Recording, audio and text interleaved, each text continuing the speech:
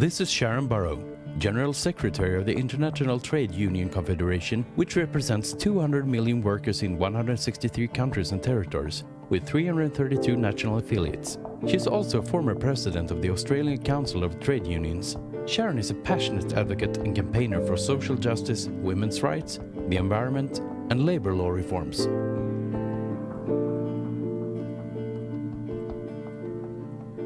Good afternoon. I'm delighted to be with you, and indeed happy Earth Day and happy birthday, Nick. Now, there you go. What more could you want, than indeed Nick Stern and Earth Day celebrating together.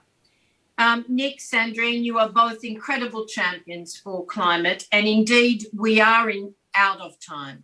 We are absolutely out of time to keep talking about what.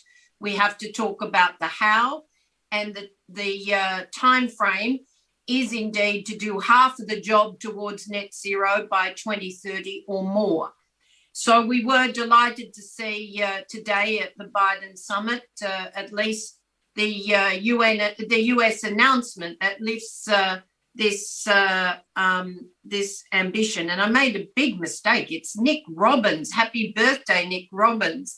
But perhaps when we look at urgency from a union point of view, it's about indeed climate ambition, it's about just transition, and it's about being at the table to build the agreements and the planning that will shape the future to ensure that indeed we have trust, that people can see hope. So just transition and jobs go hand in hand for us with indeed climate ambition.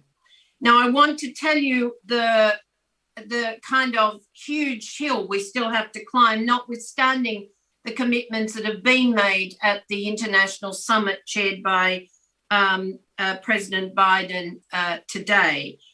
One is, of course, that when you look at the NDCs that are already on the table for the COP this year, only 25% of them are ambitious.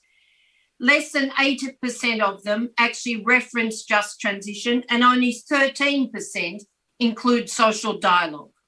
So when you look at that, we have a huge hill to climb in that very short space of time. So this is the year when we must do everything possible to find our way to indeed a sustainable future. I wanted to give you a broader sense of what's possible, though, because we know that, in fact, we can make sure that we have not just climate plans with just transition. So that means jobs, climate-friendly jobs, but we also can finance those jobs. If you look at the urgency and the convergence of climate, then we with the other areas of crisis, we know that historic levels of inequality, the climate emergency, and now the global health emergency have actually driven that sense of an integrated approach to a just recovery and to a resilience that actually enables us to deal with the future.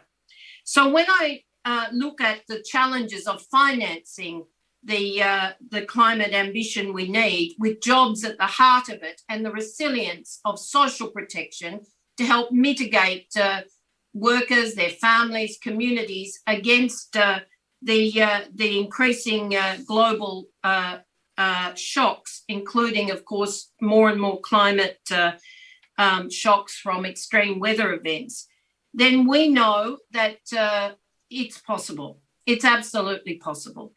If we actually take the ambition and the hope, then we can see that if you even look at countries like Nigeria or India or indeed Indonesia, pick a country, then right now in distributed renewable energy sectors alone, more than half of the jobs are informal.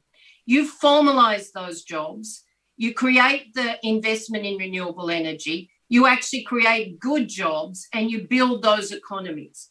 Let me give you a sense of what that means. For every 10 jobs in renewable energy, you actually get about 5 to 10 jobs in the supply chains and you get 10 to 35%, depending on the circumstances, actually additional jobs from the wages and the security that generates for community. That's worth having. That will reduce inequality. It will create jobs and hope and trust in the transition. So then how do we finance it?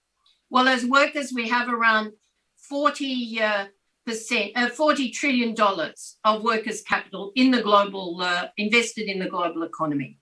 If we, in fact, don't see that every dollar, every unit of currency is directed towards an ESG lens. So yes, it's economically viable because there are pension funds, but it actually supports rights and the due diligence that goes along with human and labour rights in every labour environment.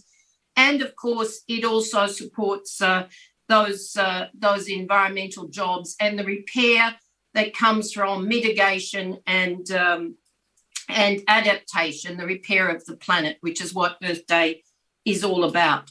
So every unit of currency must now have an ESG lens.